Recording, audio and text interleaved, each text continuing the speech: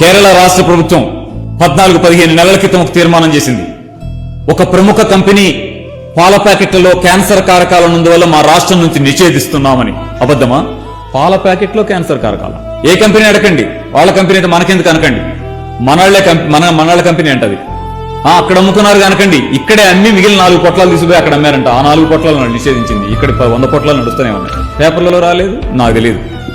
టీవీలో రాలేదు, నాకు తెలియదు. కంపెనీ వాళ్ళదే, పేపర్ వాళ్ళదే, టీవీ వాళ్ళదేనేమో, నాకేం తెలుసు. అంటే ఇట్లా ఉన్నది పరిస్థితి. ఎవరిదానే తెలుసు మీకు. ఇప్పుడు గట్టిగా పేరెడికి చెప్పలేరు. మనాళ్ళయే ఏం మాట్లాడలేం, ఎవరినేం అనొద్దు. అందుకే ఏం చేయండి అంటే పాల ప్యాకెట్ ఇంటికి దేకండి ప్లీజ్. హెరిటేజ్ అనేది ఉందా? హెరిటేజ్ అనేటువంటి కంపెనీ, హెరిటేజ్ కు సంబంధించి ప్రాసెసింగ్ ఇట్లా ట్యాంకులు ఉంటాయి. ఇట్లా 9 ట్యాంకులు ఉంటాయట.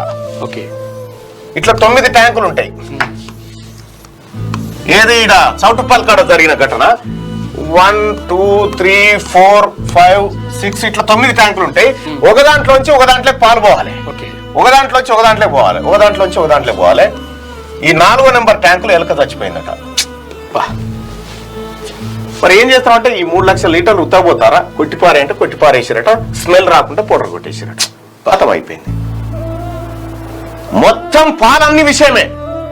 ప్రజలారా, ఇవి ఎంత ప్రమాదకరమైనటువంటి పరిస్థితిలో ఉన్నాయంటే పాలతోని జాగ్రత్త. ఎన్ఎస్ఆర్ కాదు, అన్ని